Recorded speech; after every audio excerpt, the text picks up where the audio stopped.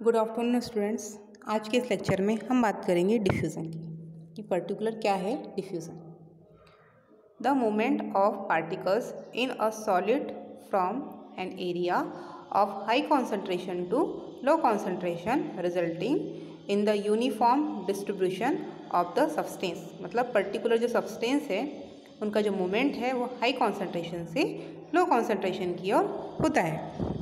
This process in which molecules or ions are moved from high concentration to low concentration through the semi-permeable membrane is known as diffusion. Particular diffusion की जो process है एक slow process होती है जिसमें energy की कोई भी रिक्वायरमेंट नहीं होती। पर्टिकुलर अब स्ट्रक्चर में देख रहे होंगे कि पर्टिकुलर एक बॉक्स बना हुआ है, बॉक्स में कुछ पार्टिकल्स रखे हुए हैं जिनका मूवमेंट हाई कॉन्सेंट्रेशन से लो कॉन्सेंट्रेशन की ओर हो रहा है। अब ये जो हाई कॉन्सेंट्रेशन से लो कॉन्सेंट्रेशन की ओर जो मूवमेंट हो रहा है, तो हाई कॉन्सेंट्रेशन में जो भी मॉलिक्यूल्स, आयन, मटेरियल जो भी प्रेजेंट है पर्टिकुलर, उन मॉलिक्यूल्स या फिर आयंस के बीच तो पर्टिकुलर जो मॉलिक्यूल्स है वो आयंस के बीच में एक काइनेटिक एनर्जी होती है और यह एनर्जी मॉलिक्यूल्स को समान रूप से क्या करती है, डिफ्यूज़ करती है। यह प्रोसेस तब तक चलती है जब तक मॉलिक्यूल्स या आयंस की स्पीड समान ना हो जाए। इस प्रकार डिफ्यूज़न की प्रोसेस की अगर बात की जाए तो इसे ऑस्मोसिस के पूर्व करना अति आवश्यक होता है। मान लीजिए कि हम किसी भी कमरे में या कोई सेंट या फिर अमोनिया की बोतल को एक खुला छोड़ दिया जाए तो कुछ समय पश्चात वो जो स्मेल होती है वो पूरे रूम में क्या होती है, सर्कुलेट हो जाती है। यदि हम पर्टिकुलर किसी शुगर या फिर साल्ट एज अ विले सॉलिड के फॉर्म में यूज़ करें और इसे जल में सॉल्वेंट उसका सॉल्यूशन बना दें तो कुछ समय पश्चात क्या होता है कि पर्टिकुलर जो हमारे सॉल्यूट के जो पार्टिकल्स हैं, मतलब विले के जो कण हैं, वो पूरे सॉल्वेंट में क्या हो जाएंगे, समान रूप से क्या हो जाएंगे, फैल जाएंगे। यह क्रिया इसलिए होती है कि पर्टिकुलर जो गैस हो गया, लिक्विड हो गया और जो ठोस मॉलिक्यूल्स हैं, है ना, उनके जो मॉलिक्यूल्स हैं वो आयंस हैं। इनका यह गुण होता है कि वो हमेशा क्या करते हैं, हाई कॉन्सेंट्रेशन से लो कॉन्सेंट्रेशन की ओर क्या करते हैं, मूवमेंट करते हैं। अगर इसके डेफिनेशन की बात की जाए तो the potential ability of a molecules और ions to diffuse from a area of high concentration to low concentration. इस प्रकार जो मॉलिक्यूल्स हैं उनका जो मूवमेंट होता है वो डिपेंड करता है कि मटेरियल पर कि उनका जो मूवमेंट होगा वो हाई कॉन्सेंट्रेशन से लो कॉन्सेंट्रेशन की ओर क्या होगा, मूवमेंट होगा।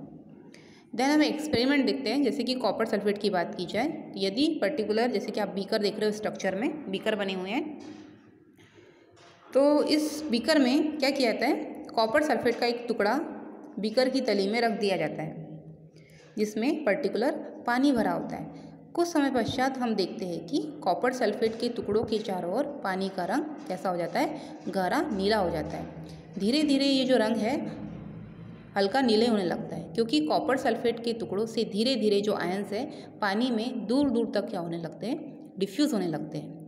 अंत में बीकर का संपूर्ण जो वाटर है वो ब्लू कलर का हो जाता है। मीन्स कॉपर सल्फेट के जो टुकड़े हैं, उनके जो फ्रेगमेंट है में आयंस जो है पानी में भली भांति चारों ओर से क्या होते हैं, समान रूप से क्या हो जाते हैं, डिस्ट्रीब्यूट हो जाते हैं। इस प्रकार जो कॉपर सल्फेट के आयंस समान रूप से डिफ्यूज़ हो जाते हैं तो एक संतुलन बनाए रखते हैं।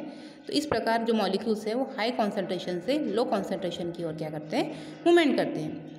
जो कॉपर सल्फेट का जो डिफ्यूज़न करने वाली जो मटेरियल होता है वो ठोस मटेरियल होता है।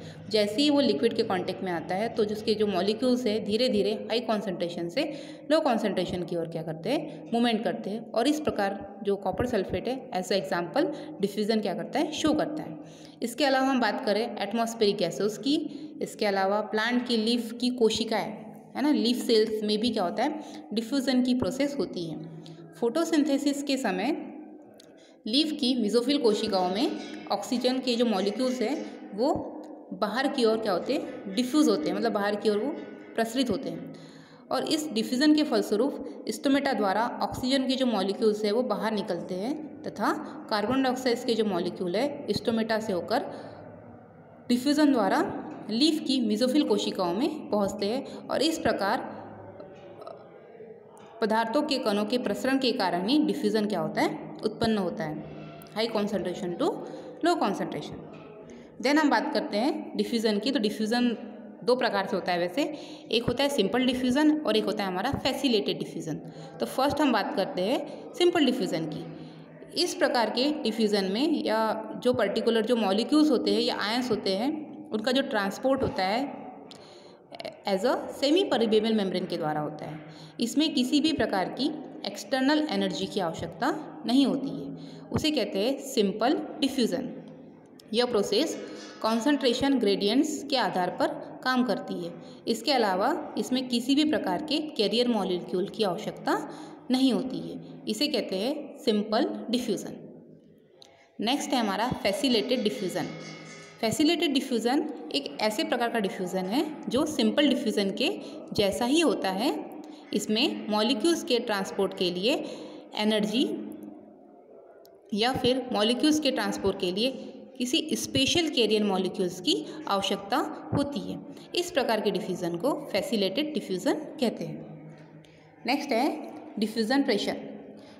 डिफ्यूज़न करने वाले मॉलिक्यूल्स या आयन द्वारा उत्पन्न प्रेशर डिफ्यूज़न प्रेशर कहलाता है। नेक्स्ट है हमारा factor affecting rate of diffusion. ये कौन कौन से फैक्टर है जो अफेक्ट करते हैं एज अ डिफ्यूज़न के। तो सबसे पहले बात आती है टेम्परेचर की।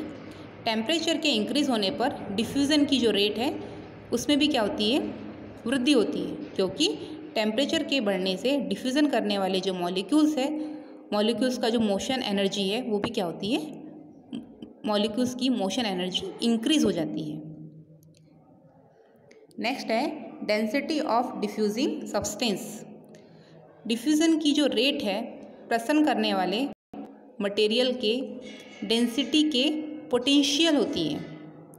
इसमें एक नियम दिया है ग्राम्स लॉ ऑफ डिफ्यूज़न, जिनके अनुसार कि डिफ्यूज़न करने वाले जो मॉलिक्यूल्स हैं उनकी डेंसिटी अधिक होती है, जिससे उनकी डिफ्यूज़न की जो रेट है वो क्या होती है, कम होती है।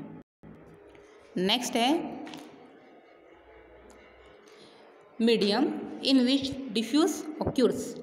अधिक सांद्र माध्यम में विसरण की गति कैसे होती है, कम होती है। मतलब हाई कॉन्सेंट्रेशन रहेगा तो उस कंडीशन में जो डिफ्यूज़न हो रहा है उसकी जो रेट है वो क्या होगी, कम होगी। नेक्स्ट है डिफ्यूज़न प्रेशर ग्रेडियंट। यदि किसी विशिष्ट दूरी का कॉन्सेंट्रेशन में डिफरेंस आ जाता है तो उस कंडीशन में क्या होता है कि पर्टिकुलर डिफ्यूज़न अधिक होने पर प्रसरण की दर भी क्या होती है, अधिक होने लगती है। नेक्स्ट है significance of diffusion in plant, कि प्लांट में कौन कौन से सिग्निफिकेंस होते हैं एज अ डिफ्यूज़न के थ्रू।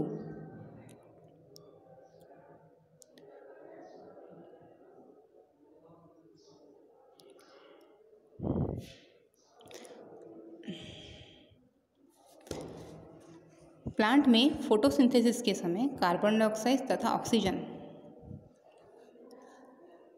रेस्पिरेशन के समय ऑक्सीजन तथा कार्बन डाइऑक्साइड गैसेस का एक्सचेंज डिफ्यूज़न के थ्रू होता है।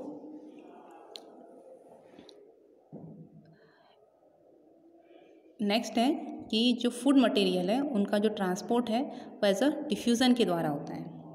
नेक्स्ट है पैसिव एक्टिव ट्रांसपोर्ट, जिसमें जितने प्रकार के भी मिनरल्स होते हैं, आयंस होते हैं, उन आयंस या मिनरल्स का जो अवशोषण होता है या फिर उनका जो डिफ्यूज़न होता है वो डिपेंड करता है इस पे डिफ्यूज़न पे। नेक्स्ट है वाष्पोत्सर्जन में जो जल है वाष्प के रूप में जिसकी हानि होती है तो उसका कारण भी क्या है, हमारा डिफ्यूज़न है। डिफ्यूज़न के द्वारा ही क्या होता है, वाटर जो है एक स्थान से दूसरे स्थान पर पहुंचता है। इस प्रकार डिफ्यूज़न इम्पॉर्टेंट रोल प्ले करता है एज अ प्लांट सेल के लिए और एज अ अदर प्रकार की जो भी हम सॉल्वेंट्स का यूज़ करते हैं उसके लिए।